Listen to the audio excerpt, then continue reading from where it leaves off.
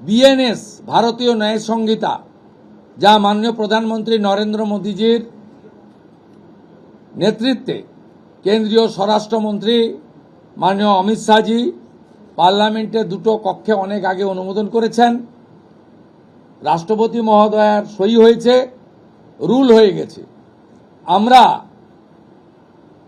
আশ্চর্য হয়ে গেছি যে এখানে বিএনএস কার্যকর করা হয়নি, অর্থাৎ অত্যন্ত অবৈধভাবে সংবিধানকে বৃদ্ধাঙ্গুষ্ঠ দেখিয়ে আগে সিআরপিসি আইপিসি চলছিল। আজ থেকে বিএনএসে যুক্ত হলো পশ্চিমবঙ্গ সংবিধান মেনে। আগের সিআরপিসি আইপিসি এই আইন আর থাকলো না। ভারতীয় ন্যায় সংহিতাতে আমাদের আজ থেকে কাজ শুরু হলো। এরও ছাড়পত্র ক্যাবিনেটের প্রথম দিলেন। কোনো চালু থাকা সামাজিক প্রকল্প বন্ধ হচ্ছে না।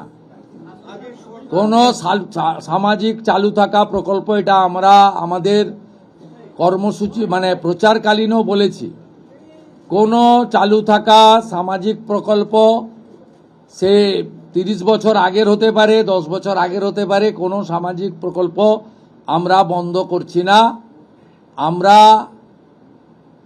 পেপারলেস অফিসও করব, আমরা সমস্ত পোর্টালগুলোকে আপডেটও করব এবং সমস্ত বেনিফিশিয়ারি ডিবিটির মাধ্যমে, যেটা নরেন্দ্র মোদীজির নেতৃত্বে দেশের সরকার করেছে, ডাইরেক্ট বেনিফিট ট্রান্সফারের মাধ্যমে হবে এবং সবটাই স্বচ্ছতার সঙ্গে হবে।